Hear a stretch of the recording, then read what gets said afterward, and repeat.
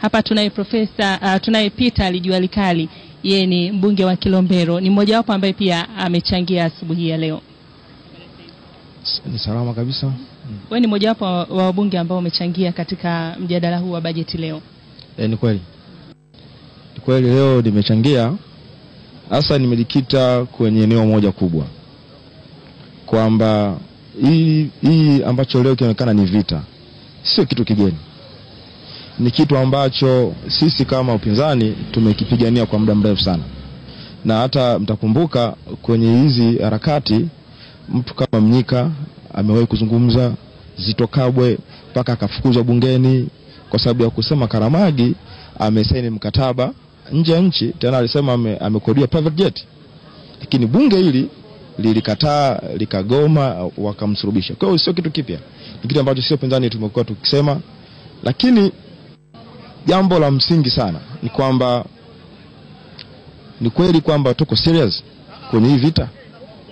Usiriazi wetu unakuta kwenye sheria, mikataba mbalimbali ambayo sisi kama nchi tumesaini pamoja na katiba yetu. Jaji Warioba alikuja na katiba ambayo ni pendekezwa, ilikuwa na vitu vingi ambavyo ilikuwa vinapinga ambayo leo yameonekana. Tunu za taifa na vitu vingi sana. Lakini ile katiba ikapigwa chini, ikaonekana haifai. Lakini muonekano ukiongea kwa jazba sana leo. Ni kweli, kwa sababu wakati haya yanafanyika ya kuwafukuza kina Zitto na wenzake, wabunge wa CCM ndio wanashangilia. Na miongoni mwa wabunge wa CCM, rais wetu alikuwepo kwenye cabinet. Leo hii kila ambacho kinaonekana leo ni kibovu, akija toka tu hewani. Yani baraza la mawaziri limeridhia, makatibu wakuu wameridhia. Leo tukianza kumsema Chenge, tukianza kumsema siju Karamagi, tukasema hao wote wengine, ni kwa sababu tu wao ndio waonekana labda mbele, lakini huko nyuma kuna sheria ambazo zimepelekea mpaka anafanyika. Nilisema kama kweli tuna nia ya dhati kumbana na ufisadi, tuondoe kinga za marais wetu. Haya, tunakushukuru sana. Na tunaye hapa Leonidas Gama, naye atatuambia kuhusu mjadala huu wa bajeti kwa mwaka 2017 na 18.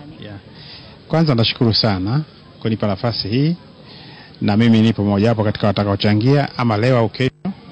Na mimi niseme ukweli kwamba bajeti hii imetufurahisha wengi, kwa sababu ni bajeti ambayo imejikita kwenye matatizo ya wananchi na imejikita kwa ajili ya kuwasaidia wanyonge. Ukienda kwenye bajeti unaona vipengele mbalimbali vinavyohusiana na wanyonge, wakulima, wafanyabiashara ndogo ndogo, wafanyabiashara wakubwa. Mambo mengi sana yamezungumzwa kwenye bajeti hii. Ukiangalia ushuru, tozo za ushuru mbalimbali zimepunguzwa. Ukiangalia kwa wakulima, mazao, asilimia zao zile za makato zimepunguzwa. Kwa maana yake mkulima atakuwa na uwezo wa kulima na uwezo wa kupata faida kubwa zaidi. Tunakushukuru sana. Raymond, ni hayo tu. Wabunge sasa hivi wanaenda kupumzika, baadaye bunge litaendelea na vikao vyake hapo saa 10 kamili. Asante sana Rema Salim akiwa katika viwanja vya bunge huko mjini Dodoma, na akizungumza na baadhi ya wabunge kuhusiana na